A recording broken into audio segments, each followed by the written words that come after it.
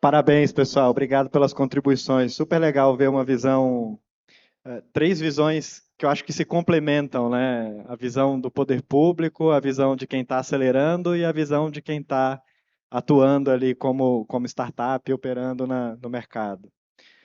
Agora nós temos um painel que causa muita ansiedade e expectativa no mercado. Acho que muita gente espera por essa conversa. Nós vamos falar sobre tokenização verde, os instrumentos financeiros para a transformação sustentável. Para essa conversa, eu gostaria de chamar a Viviane Helena Torinelli, que é da Gerência de Sustentabilidade e Relacionamento com Investidores Internacionais de Portfólio do Banco Central, a senhora Marta de Sá, CEO da Vert Capital, e o senhor Courtney Guimarães, pesquisador-chefe da Avanade.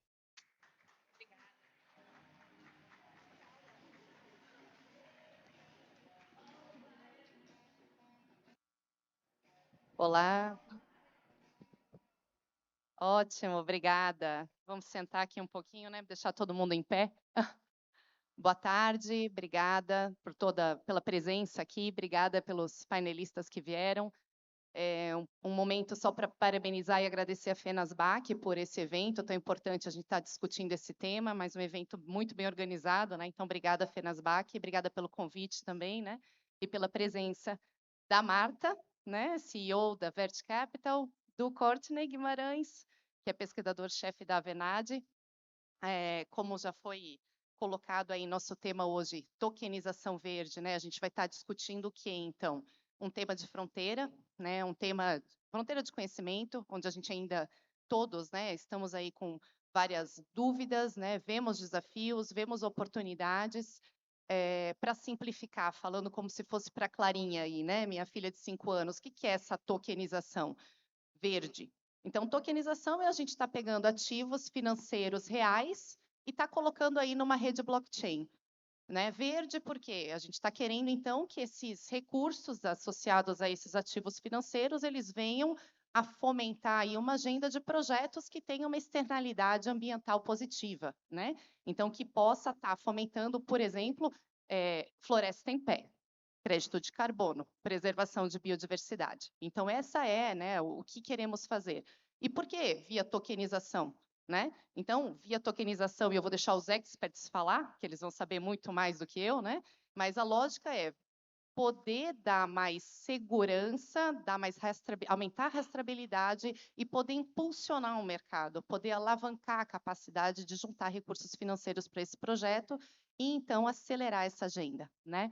Então, nesse sentido, eu vou convidar e passar a palavra aí, vou pedir aí para, né, como a gente combinou, uma licença para a Marta, passar primeiro para o Courtney poder começar a fazer uma breve apresentação e dividir com a gente o entendimento dele um pouco, né, dessa agenda de tokenização, e na sequência a gente passa para a Marta, para falar um pouquinho também da parte de securitização, né, associada à tokenização, e voltamos para o nosso bate-bola de perguntas, tá certo? Obrigada novamente.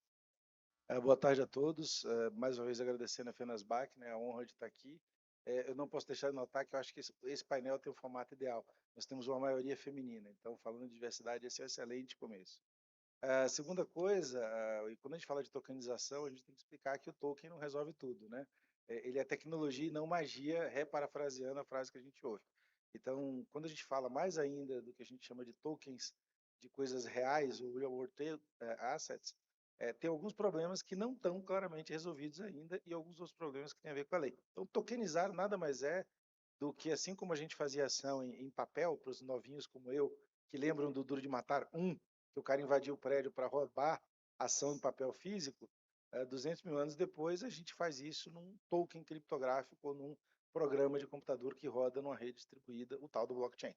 É tão simples quanto isso. Por que a gente faz isso? Porque a gente deixa de ter uma distribuição desse ativo num mercado local e passa a atuar no mercado global. De uma maneira resumida, a gente passa a receber em moeda forte. E a gente já viu vários projetos assim no mundo, aonde moedas fortes, como dizem o Roberto Campos, que não tem conversibilidade direta, elas passam a entrar num país com uma vantagem financeira maior, ou seja, pagando menos. Isso quer dizer que vários projetos que são muito pequenos ou que têm muita dificuldade de financiamento passam a ter acesso a esse financiamento. né? O Bosch estava aqui de manhã, eu sou apaixonado por cooperativa. Uma das grandes necessidades que a gente vê é fomentar o que a gente chama de nanocooperativismo. Cooperativa que é uma pessoa, aquela pequena agricultora lá de Santa Rita do Sapucaí, que produz, sei lá, 1.000 quilos de café arauto por ano. Como é que a gente tokeniza alguma coisa que viabilize a vida desta pessoa? E esse é o desafio que a tecnologia ajuda a resolver. Neste momento da humanidade, a gente já tem padrão, já tem muitas pessoas que sabem lidar com isso, né? Se chacoalhar um coqueiro, cai 10 programadores de Solid todo dia, e já não é mais uma coisa como há 5 anos atrás que a gente falava, parecia rocket science. A Clarinha já consegue entender esses assuntos. E mais do que isso, e eu acho que esse painel é uma prova-vida, na verdade o evento do dia inteiro, ele deixou de ser um assunto de especialistas como eu e passou a ser papo de bar no bom sentido. A maior parte das pessoas sabe do que a gente está falando, sabe para que serve, sabe que a tecnologia é um meio e sabe basicamente como vai usar isso.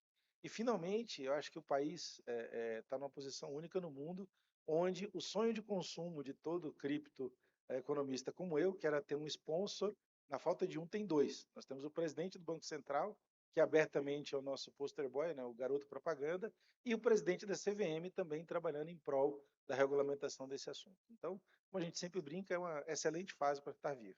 Eu vou pedir agora só para a Marta explicar um pouco mais a questão do mercado formal, ou seja, do mercado de securitização, e, assim, pessoa sensacional, também conhece bastante disso, contar um pouco de como é que ela vê a realidade prática nesse mundo mais tradicional, por assim dizer.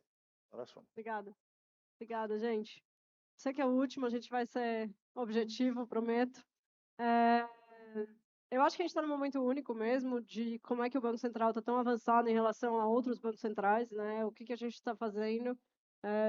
Viajei bastante recentemente para falar dessa agenda e como é que a gente fomenta o financiamento para a agricultura sustentável, como é que a gente faz a transição, onde é que está o Brasil nessa agenda. O Brasil está super bem posicionado, mas as pessoas ainda não sabem o que que a gente está fazendo, não sabem a sofisticação do nosso sistema financeiro de capitais, não sabem ainda o tamanho do Pix, não sabem ainda do Drex, então acho que a gente tem que ser melhor de marketing. E eu acho que a gente tem já muita coisa pronta, né? Então, quando a gente olha aonde a gente está e o que que a gente tem de instrumentos hoje para poder fomentar esse mercado, a gente já tem muita coisa, né? A gente tem a CVM criou o Fiagro, né? Recentemente para a cadeia agroindustrial. A gente já tinha o CRA, a gente tem agora a CPR, o Ângelo está aqui, CPR registrada. E o Mapa está fazendo um trabalho muito bom também, todo mundo junto, né? Eu acho que a frase do Unidos Vamos Mais Longe, ela está acontecendo no Brasil e no mercado financeiro, que tende a ser um mercado bem competitivo e pouco unido, então eu acho que é um bom sinal também. E o que a gente está vendo agora em securitização é como é que a gente faz a transição da Web 2 para a Web 3, né? Então, a gente está vendo já as primeiras tokenizações, né? Então, a tokenização do FDIC, a tokenização de um CRA, a tokenização da cota de um fundo, mas ainda eu brinco que é a tokenização da ponta do iceberg, né? Então, a gente tokeniza a ponta final, mas tudo por baixo dele continua off-chain. Então, a gente não tem a mágica criada na tokenização da cota, porque a gente ainda tem um monte de crédito que está lastreando aquelas operações, um monte de títulos que ainda não são escriturais, que são off-chain, que tem que conciliar pagamento, que tem renegociação, que tem marcação, PDD. Então, a gente está falando de vários outras características primárias que ainda não estão na Web3, né? Então, a gente, como a gente estava falando, se você tem informação errada entrando na Web3, você tem informação errada saindo da Web3, né? Então, por outro lado, a gente tem a Web3 no token, uma característica muito importante para todo mundo, que é a rastreabilidade e a transparência, e todo mundo saber o que está acontecendo, quem entrou, como é que foi, e informações digitalizadas vindo alimentar essas informações também, contribuindo para antifraude, anti-greenwashing, e eu acho que a tokenização pode ajudar bastante nessa agenda. Não, muito importante. Obrigada, Marta. Eu queria pegar um gancho até, que vocês estavam comentando até da importância do marketing, né? De a gente divulgar, inclusive, o sistema financeiro e essas iniciativas. E eu queria te convidar, se você pudesse só dividir conosco também um pouco daquele exemplo que você tinha colocado, do delay, do atraso, do tempo entre você ter a solução e o investidor estar apto em suas políticas a comprar aquilo, não é não? Total. A gente viu isso no CRA 10 anos atrás, então o CRA foi regulado, não existia, depois a gente fez a primeira oferta pública, ninguém podia comprar. Por que ninguém podia comprar? Porque não tinha aprovado, não tinha onde custodiar, não tinha como colocar no extrato do cliente. Então, a mesma coisa está acontecendo com o CR agora, né? A gente teve a aprovação, mas a gente viu que no último ano as emissões foram super pequenas. Por quê? Porque vamos fazer debenture, porque a debenture já está aprovada na minha política de investimento e no meu regulamento. E eu acho que os tokens, eles ainda são um assunto novo, um pouco místico, né? Cripto, token, security token. Então, que risco que eu estou correndo, né? Eu estou correndo um risco do Bitcoin. Então, eu acho que ainda tem uma parte educacional grande ali dos investidores entenderem o que é um security token e que risco que ele está correndo. E depois, como é que a gente aprova isso tanto no mercado local quanto no internacional. A tokenização ela é linda, né, para liquidez e para trazer mais investidores e para você trazer os investidores internacionais para a agenda, mas eles também têm que poder investir em token. Então, eu acho que tem esse passo que não depende só da gente. Claro, claro, importante.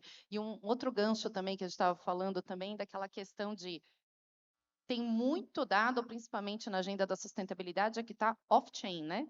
Então, não está na rede. Então, por mais que depois que esteja na rede vai ter rastreabilidade e confiabilidade, se tiver lixo entrando, vai sair lixo, né?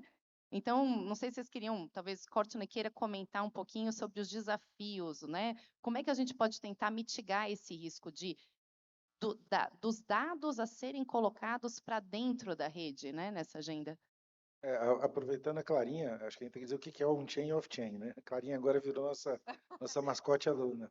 O on-chain, basicamente assim, o blockchain é uma contabilidade notarial absoluta. Ele é um cartório digital inviolável.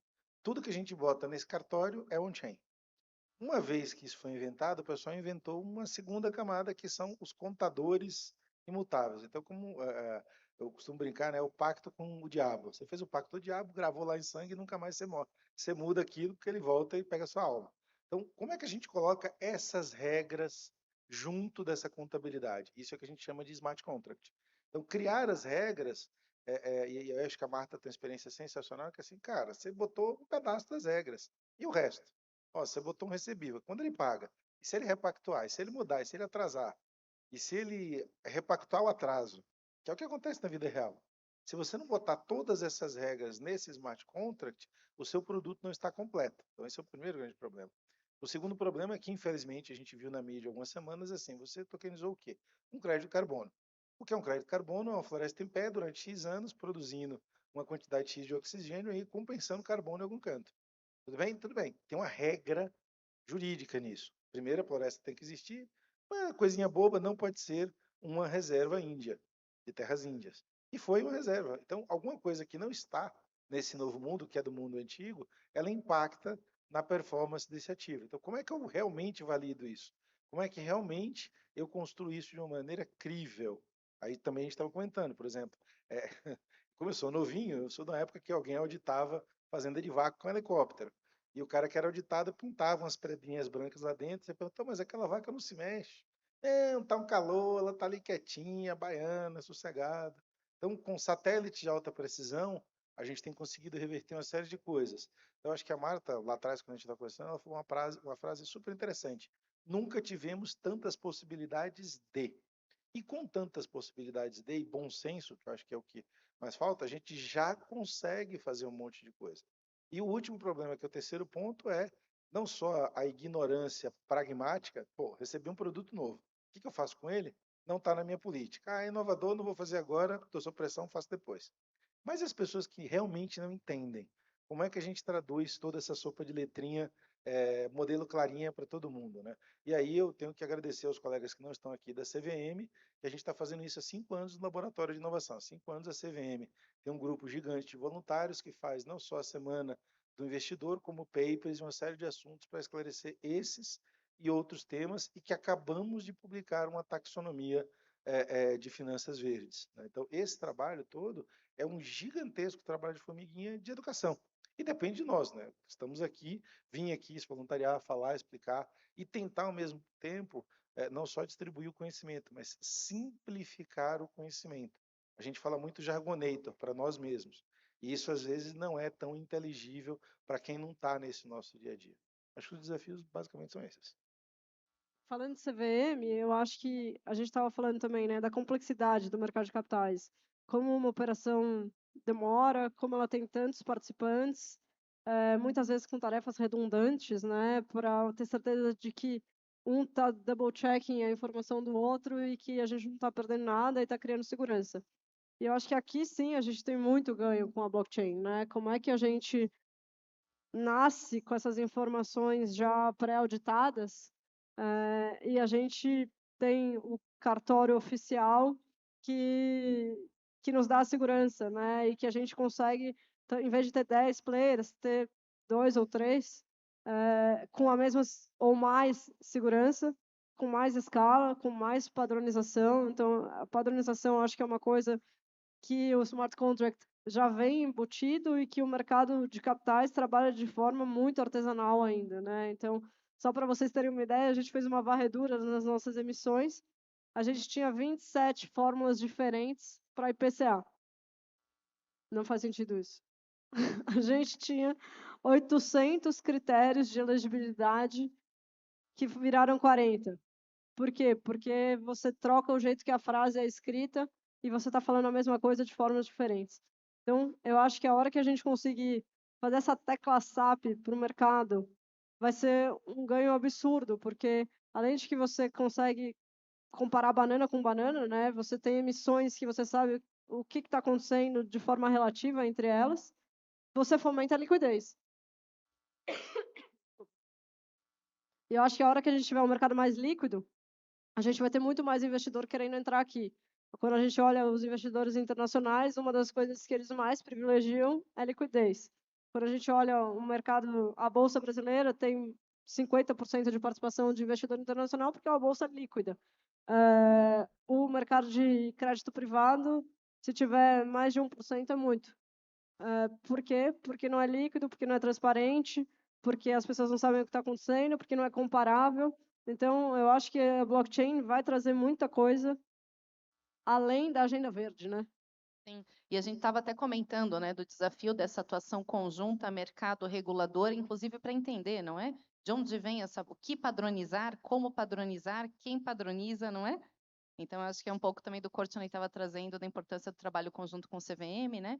Eu até acho que esqueci de falar no início da minha apresentação, eu acabo tendo a honra, né, de poder coordenar um subgrupo de ativos sustentáveis dentro de uma iniciativa de GTI de tokenização, que é uma iniciativa do Banco Central com participação da CVM. Então, é essa intenção conjunta, né, de estar discutindo essa agenda, né, de uma maneira, entendendo que ela é complexa, que envolve vários players, e por isso há também várias discussões com o mercado, né, já conversamos com a Marta também, né, com o pessoal em webinars abertos, para poder identificar isso. Eu queria deixar uma outra provocação. A gente estava falando um pouco, muito também associado à agenda de clima, né, carbono, e quais são os desafios que vocês percebem, por exemplo, quando a gente fala de biodiversidade? Então, vai fazer um token para biodiversidade. Por exemplo, quais são os desafios associados, por exemplo, à coleta de dados para algo que seja de biodiversidade, não só climático? É grande. O desafio é enorme, porque a gente, em caso de biodiversidade, você está falando da fauna, da flora, então você está falando não só de satélite, né, que é uma coisa que já é mais conhecido, mas como o próprio painel anterior falou, a gente tem que ver dentro da árvore, né? Então a gente tem que ir lá dentro da floresta e ver se a onça passou lá. E, enfim, como é que a gente cria tecnologias para conseguir monitorar a árvore dentro da floresta, para fazer isso, mas eu sou da opinião que o ótimo é inimigo do bom e a gente poderia começar mais simples e olhar as árvores que tem lá, por exemplo. A árvore é uma coisa que já é medida por satélite, a gente tem muita tecnologia hoje disponível que a gente não tinha pouco tempo atrás. Então, como é que a gente usa esse desenvolvimento tecnológico a nosso favor mais rápido, né? Então, quando a gente olha Cerrado, 2/3 do desmatamento no Cerrado hoje é desmatamento legal, ou seja, pessoas que têm excesso de reserva e estão cortando árvore para, principalmente, agricultura, né? Por que que a gente não está olhando para isso e não está pagando pela árvore, fazendo um programa de cashback de árvore para esses produtores e depois a gente olha para a biodiversidade e outras coisas? Então, eu acho que tem um desafio, mas também tem uma oportunidade. Claro, acho que dá o link agora para a agricultura regenerativa, né? E a capacidade aí de fazer tokens para captar recurso para isso, não é, Courtney? Eu acho assim, ainda da questão mais óbvia, existe uma coisa que a tokenização viabiliza que as pessoas não perceberam. Nós temos hoje uma massa global de 4,8 bilhões de pessoas online. E eu garanto que nem todas elas gostam do Metallica tão loucamente quanto eu. Então você fala assim, mas eu tenho um programa, e aconteceu isso no Brasil, né? A gente teve um corte de custo no projeto Tamar, que é um projeto sensacional da Petrobras, e eu sou voluntário do projeto desde o século passado. O que a gente fez? A gente tokenizou tartaruga. Simples assim. Você quer adotar uma tartaruguinha? Que é o lema do programa Tamara, adote uma tartaruga. Você criou um token, um NFT de tartaruga. Então, o que você faz? Você doa $1 para cada tartaruga. Apareceram alguns milhões de dólares na conta, porque o que tem de doido querendo salvar tartaruga no mundo não está no gibi. Então, essa talvez seja uma das questões para a diversidade. Aí, no caso específico da tartaruga, dependendo do tamanho que ela esteja, uma anilha ou um pinzinho pequeno que represente lá um DNA da tartaruga, resolve o problema. A gente já teve, né, como eu tenho ecologia há muito tempo, vamos salvar as baleias. Até o Roberto Carlos fez música das baleias. Não, vamos salvar os golfinhos, que até a piada, salvar baleias, golfinhos, e etc. E na nossa questão de biodiversidade, a gente tem um elemento que é ignorado, mas que é de suma importância, que é a biodiversidade das plantas, né? Nós temos uma biodiversidade absurda, e esta biodiversidade, principalmente nos nossos nanoecossistemas, seja mangue, Amazônia, etc., também pode ser monitorada. Você pode travar a semente, você pode produzir uma sementeira de coisas para que essas sementes sejam distribuídas em outros biomas ou até preservados no bioma original. Isso é feito com milho, né? Pouca gente sabe, tem quase 70 espécies de milho na América Latina e o milho é endêmico da América Latina, por isso que a gente toma cerveja de milho da Ambev. Como é que eu traqueio isso? Eu não vou traquear todo o milho, eu vou traquear a sementeira. Vou ter 1 tonelada de semente de alta qualidade selecionada e guardada em um canto. Eu posso tokenizar isso também. E aí o meu sonho, eu sou fazendeiro de cacau, tênis amarelo, né, amarelo cacau. A floresta de cacau ela é um bioma perfeito. Ela tem uma mata atlântica ou tropical em cima dela, uma floresta amazônica. E embaixo tem um cacau. Entre uma coisa e outra não tinha nada. Foi preciso um alemão, que é o Gert, ir lá para a Bahia, que é a minha terra, e botar comida de subsistência embaixo do cacau. E isso é o que a gente chama do bioma de agrofloresta, uma floresta preservada que produz comida. E não só ela tem um outro elemento que é a própria comida, como também ela retém mais carbono no solo. Retém água, retém nutrientes, e isso também pode ser mensurado, medido e tokenizado. Então, de repente, no mesmo bioma, não é só o jupará, né, que é o macaco que tem lá na minha região, que pode ser preservado, nem só o cacau que a gente vende, né, todo mundo adora chocolate, nem só a árvore em pé. Você tem um conjunto de quase 5, 6 iniciativas, cada uma podendo ser tokenizada de uma maneira diferente, remunerada de uma maneira diferente e comercializada internacionalmente para públicos diferentes. Então, a gente olha para isso de uma maneira muito homogênea, quando na verdade ela pode ser feita de uma maneira muito distribuída, muito, por assim dizer, muito segmentada. Fazendo um paralelo com outra coisa, a gente tem um templo budista aqui em São Paulo, que é um dos maiores do mundo. O templo custou 28 milhões de dólares para ser construído. Quem construiu foi um milionário chinês, que a vida dele é construir templos budistas mundo afora. Então, voltando para a minha região, que é o sul da Bahia, tem gente que tem fazenda de cacau centenária preservada, porque é a fazenda onde o bisavô da pessoa nasceu e ele nasceu lá. E ele vai gastar todo o dinheiro que ele puder para manter a fazenda lá para o resto da vida. Ele não recolhe dinheiro com a produção de cacau, ele distribui a produção de cacau para os funcionários da fazenda, mas ele quer ela preservada. Se a gente fizer isso numa campanha global, óbvio que eu acho que tem um monte de bilionário no mundo, que, em vez de ficar fazendo foguetes de formatos exóticos voadores, preferiria preservar o planeta para que a gente voe por aqui. Essa, basicamente, é o sonho maluco de uma tarde ensolarada em Brasília. Acho que também, olhando a agenda de desmatamento, né? Todo mundo fala desmatamento na Amazônia. O desmatamento na Amazônia ele é o pico do iceberg, mas se a gente não tratar o uso da terra e a agricultura e pecuária sustentável, vai ser muito difícil resolver o problema da Amazônia. Então, uma das coisas que a gente olha também a tokenização é para rastrear boi, né? Esse é um tema polêmico de uma certa forma, não óbvio, mas que a gente tem certeza de que é um caminho sem volta. Então, como é que a gente vai mostrar que aquela carne é livre de desmatamento, que ela foi produzida de maneira sustentável e atrair financiamento local e internacional para a cadeia? Então, a gente tem visto também estruturas diferentes. A gente tem uma operação que saiu recentemente, em que 3 grandes redes de supermercados ingleses investiram numa estrutura de blended finance. O blended é quando você mistura diferentes tipos de dinheiro, né, para financiar um projeto. Então, nesse caso, tinha dinheiro de doação, né, filantrópico, com dinheiro que a gente chama de concessional e dinheiro de mercado. Então, uma estrutura com várias tranches. E os supermercados entraram com uma parte do dinheiro de primeiras perdas, que era doação, para poder trazer os outros investidores, então destravar outros tipos de investidores que não tinham tanto apetite a risco assim, e para fomentar a cadeia da soja livre de desmatamento, inclusive de excesso de reserva. Então, a gente tem visto essas estruturas acontecendo e como é que a gente usa muito bem, inteligentemente, o capital estratégico, né? Seja o BNDES com o programa que ele fez, seja esses supermercados, a gente tem visto isso também na cadeia do couro. Como é que a gente monta estruturas de financiamento mais inteligentes e alavanca os recursos que a gente tem aqui e lá fora, né? Com diferentes tipos de risco. Perfeito. E esse link até, né, que foi trazido pela Marta, a gente escuta muito, né, uma demanda dos investidores também quando falam conosco sobre essa questão da rastreabilidade, né?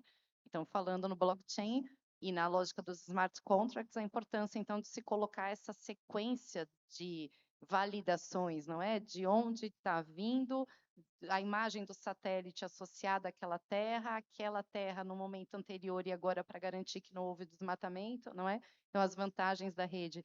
Eu queria colocar uma provocação também. A gente está falando muito da tokenização como uma solução para essa agenda.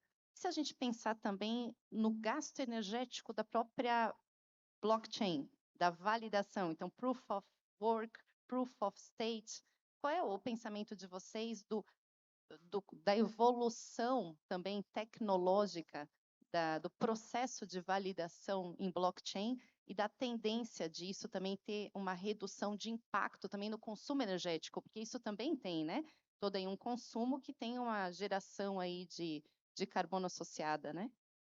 Isso é um tema bastante polêmico mesmo e, na minha opinião, nada suave é falácia. Eu costumo dizer algo que eu não posso falar em evento público gravado, né, Fernando? Mas existe uma coisa que consome, eu diria, 1 milhão de vezes mais energia do blockchain, que é assistir jogo do Palmeiras, para usar a metáfora mais suave que tem aqui dentro. A gente consome energia e talvez a maior metáfora dos irmãos Wachowski, na época, foi ter explicado que a tecnologia é um leviatã que consome energia. Basicamente é isso. E nós não vamos diminuir o nosso volume de automação. Nós gostamos de automatizar. E isso efetivamente vai consumir cada vez mais energia, por um lado, e as pseudo-soluções de energia podem complicar mais ainda essa questão. Então, eu costumo dizer o seguinte: bom, vamos trocar os motores de carbono por motor elétrico. Qual o tamanho do buraco que vai ficar no planeta para a gente construir todas as baterias necessárias para substituir todos os carros por motores elétricos? Será que essa é a solução? Será que é trocar o motor do carro ou será que é parar de usar carro? Começar a usar transportes diferentes. E isso tem a ver com a nossa maneira isolada e não sistêmica de resolver problema. E também tem a ver com outra coisa, que é um outro assunto polêmico. Eu juro que eu não sou socialista, mas o modelo capitalista é o modelo baiano da farinha pouca, minha opinião, primeiro. Cada um resolve o seu quadrado e o resto do sistema se vire depois para tentar entender como ele enquadra. Então, do ponto de vista de consumo das redes blockchain, é preciso que as pessoas entendam que o Bitcoin ele era um laboratório. Nunca se imaginou que ele fosse ter o tamanho que ele tem hoje. E justamente por isso, ele é uma coisa tosca. Eu lembro que quando eu era pequeno, a gente usava um elemento químico na lavoura que era o agente laranja, também conhecido aqui no Brasil como BHC. Eu lembro, quando eu era pequeno, que era chique fumar. E o ator mais famoso do mundo morreu, né, porque teve câncer de cigarro. Eu não trabalho para a empresa de cigarro. Por isso que eu falo abertamente que eu odeio a indústria de cigarro. E é uma indústria legal, que paga imposto, ajuda, e a gente continua matando pessoas de câncer, como é a minha mãe que morreu. E esse é o problema. Quando a gente olha o aspecto de consumo energético de qualquer tecnologia, é óbvio que ela vai consumir energia. Primeiro grande problema, como é que eu gero essa energia? E aí, voltando à tokenização. A gente está mudando a matriz do mundo para gerar energia limpa. Por que eu não remunero isso? Por que eu tenho que ficar remunerando o sheik árabe para produzir petróleo? Coitados deles, nada contra os sheiks árabes, mas eu posso mudar o meu processo de incentivo global disso. Esse é um primeiro grande ponto. Segundo ponto, por que eu não trabalho na eficiência física do consumo de energia? E nós estamos falando de chip, consumo de energia, etc. Quando nós aqui, os mais novos, vão lembrar disso, a gente teve um problema de crise energética. De um dia para o outro, a gente reduziu o consumo energético de nossas geladeiras em quase 80%. Mas foi preciso não ter energia e a conta de energia ficar 200% mais cara para a gente trocar por uma geladeira mais barata. As imagens que nós vimos de manhã da Amazônia são absolutamente chocantes. Assim, não tem um termo mais suave para isso. Nós estamos vendo o prenúncio do apocalipse.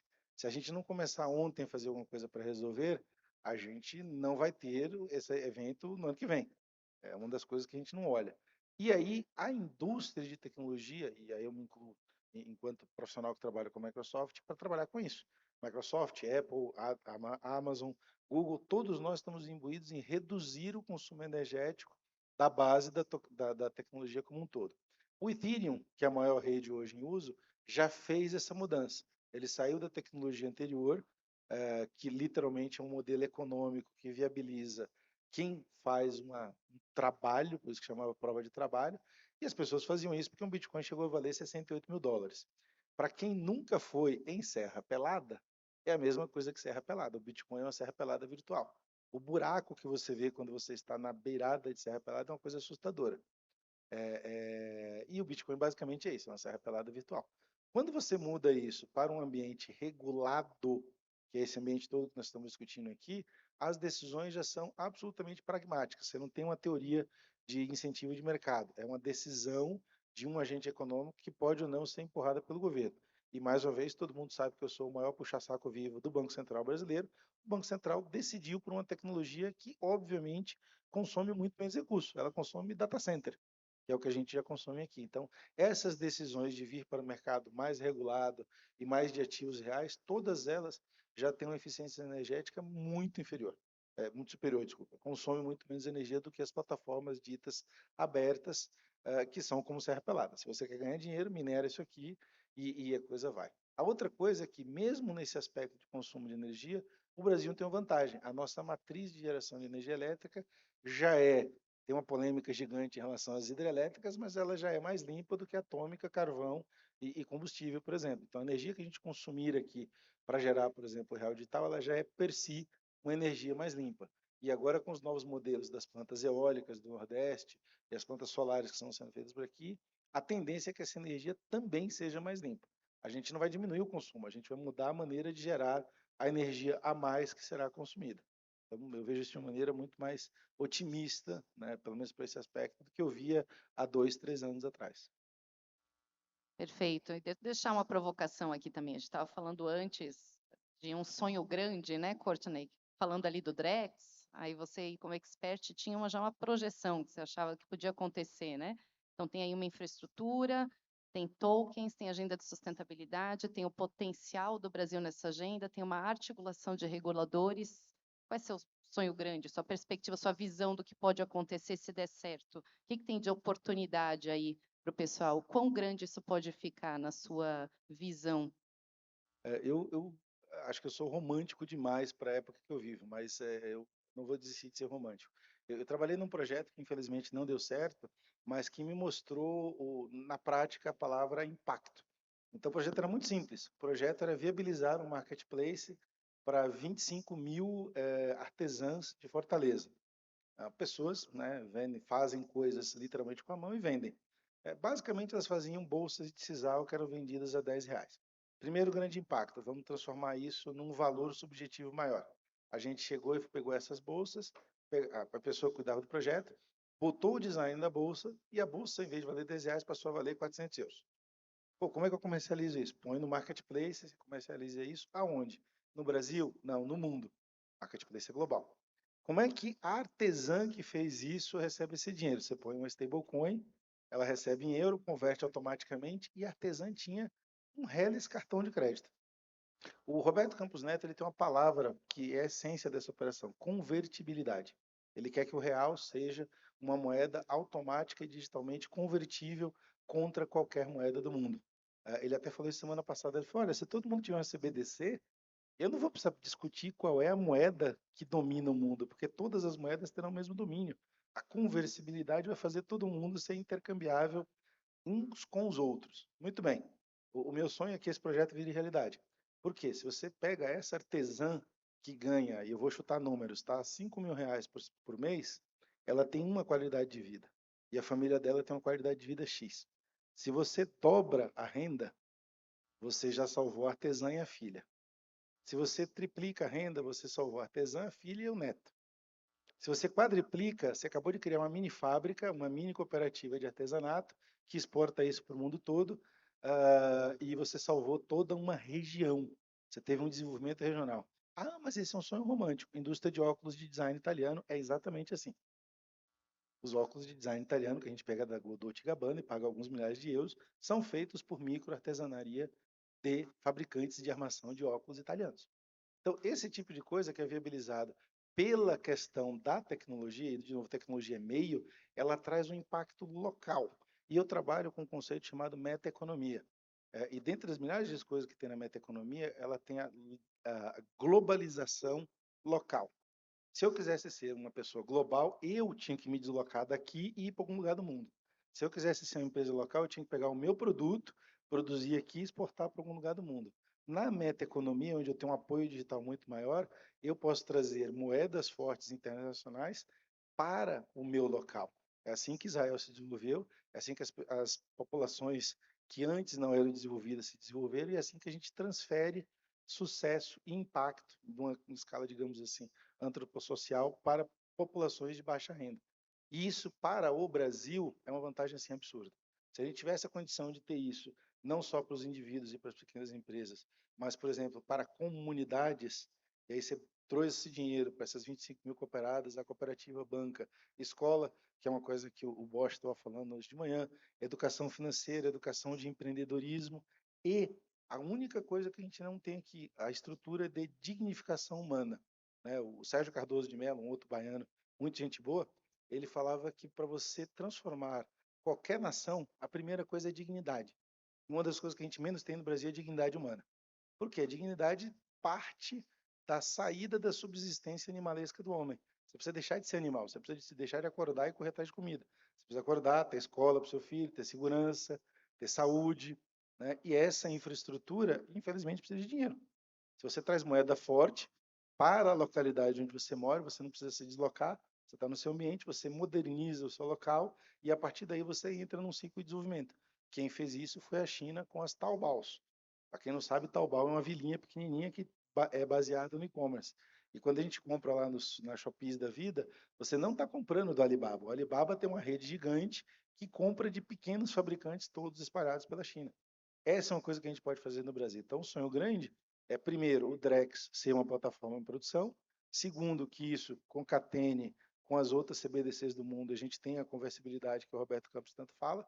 E terceiro, que isso viabilize a nossa malha de e-commerce primeiro e depois tokenização de ativos para que a gente possa ter uma meta-economia brasileira que traga moeda forte para dentro do Brasil. A gente exporta talento, capacidade brasileira, importa dinheiro e muda a nossa realidade. Perfeito, obrigada. E para a securitização, aí alavanca mais ainda, Marta? E o que a gente tem de risco associado também com esse, talvez um ganho, uma ampliação tão grande dessa agenda, na tua perspectiva? Eu acho que eu posso contar do caso da Natura. A Ângela estava aqui hoje de manhã. A gente está fazendo um projeto lá, ela falou, né, das cooperativas na Amazônia e dos fornecedores deles.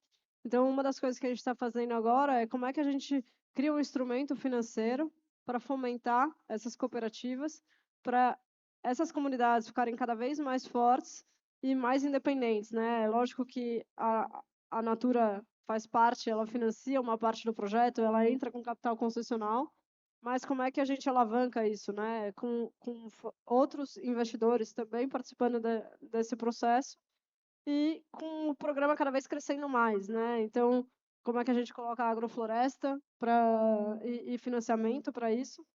E a gente está fazendo um programa agora que ele é uma combinação de financiamento com assistência técnica e treinamento, educação financeira para as comunidades. Então, eu acho que isso aqui ainda é um piloto, mas quando a gente conseguir colocar a tokenização num segundo momento, uma das coisas que a gente vai ter com certeza é créditos de biodiversidade. Hoje a gente não tem essa fonte de receita dentro da operação.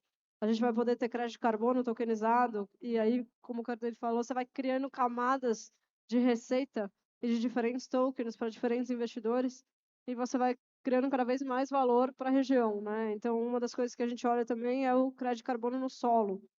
Hoje a gente considera que ainda não tem uma tecnologia tão economicamente viável, as metodologias elas ainda são difíceis, né? Com coleta física de amostra, periodicidade, a gente só consegue fazer isso em larga escala hoje para grandes produtores e grandes áreas, mas a hora que a gente conseguir fazer isso de uma maneira muito automática e, e, e íntegra, né, em que as pessoas acreditam naquela metodologia, a gente vai poder criar uma nova fonte de receita para esses produtores e eles vão poder, por exemplo, fazer a transição de graça, né, porque ele cria uma nova fonte de receita que subsidia os custos dele na transição. Então, acho que a gente tem muita coisa para ver ainda. Eu acho que nesse painel aqui já passamos, né, por desafios de off-chain, on-chain, identificação de dados, padronização, coleta, armazenagem, transmissão, rastreabilidade, greenwashing, sonho grande com escalabilidade, né? Então todo o potencial aí, se oxalá, né, como se diz na Bahia onde eu moro agora, né, de onde o Courtney veio, oxalá isso dê certo, né? E a gente possa ver aí uma escalabilidade de recursos bem maior para essa agenda, né? A gente está se aproximando aqui ao final do nosso painel. Eu queria deixar um momento. Vocês queriam fazer algum highlight final em relação à tokenização verde? Não sei se algum benchmark principal que gostariam de destacar, ou alguma oportunidade, ou uma mensagem para quem está, né, interessado em seguir, porque a gente sabe que algumas pessoas que estão acompanhando agora e que vão acompanhar depois pela internet, né, vão estar interessados em entender e se aprofundar mais nessa agenda. Deixar aí as últimas palavras para vocês. E obrigada novamente. Obrigada a você. Eu acho que a potência do Brasil nessa agenda climática ela é gigantesca, né? Como que o Brasil ocupa o espaço que ele deveria na agenda, né? Na agenda de Nature-Based Solutions, na agenda de carbono, na agenda de agricultura sustentável. Então, eu acho que hoje a gente tem a faca e o queijo na mão, a gente tem uma potência gigante, a gente tem muito instrumento, a gente tem muita tecnologia. O Brasil está na frente em muitas dessas agendas e a gente tem um momento muito feliz de G20 e COP28. Então, acho que agora é agarrar essa oportunidade, mostrar para o mundo que a gente é sério, que a gente sabe fazer, a gente tem oportunidade, que a gente tem tecnologia, que a gente é transparente e está preparado para ser muito protagonista, né, dessa agenda. Eu diria, tem três coisas muito básicas, né? Eu acho que a gente tem que aproveitar o momento mundial e investir em educação do brasileiro, do humano brasileiro. A gente tem uma característica extremamente importante para essa era que a gente vive, que é a criatividade da invenção à base do desespero, né? O brasileiro é o que dá nó em pingo de éter. Isso deveria ser utilizado para essas coisas. A segunda grande mensagem é uma mensagem dura, mas é uma mensagem necessária. É uma mensagem de união sistêmica. A gente não vai conseguir sair de onde a gente está, cada um resolvendo o próprio problema. Se cada um resolver o próprio problema, estaremos todos uniformemente mortos em algumas décadas. E essa talvez seja a urgência das imagens que a gente começou o dia vendo. E a terceira coisa é que talvez a gente tenha que deixar de ser o celeiro do mundo na horizontal e tenha que ser o celeiro do mundo na vertical. A gente tem um dos maiores, tirando o Banco Central, o meu segundo maior puxa-saco do mundo é a Embrapa. A gente faz coisas aqui que a gente não dá valor. A nossa parte de engenharia genética de alimentos é uma das melhores do mundo e talvez a gente tenha que usar cada vez mais este organismo, essa instituição tão valiosa para a gente, para fazer florestas e fazendas verticais, porque a gente vai ter que preservar o nosso bioma. Se a gente olhar no mapa do planeta, a coisa mais verdinha que tem chama América do Sul. E é inadmissível que essa coisa deixe de ser verde e passe a ficar igualzinho ao que tem literalmente do outro lado do Atlântico, que é basicamente o maior deserto do mundo. Eu acho que essa talvez, independente do veículo, se é tokenização, se é finanças normais, seja a maior chamada de margem da humanidade, para usar um termo do mercado financeiro. Nós estamos numa merda gigantesca, e é isso que eu chamo de economia regenerativa. É hora de pegar o neve e limpar a caquinha, gente. Então, se vocês não quiserem lembrar de nada, é hora da gente limpar o estrago que nós mesmos fizemos. E não adianta rir, Rodrigo. Eu estou imitando o Roberto Campos em final de SEAD.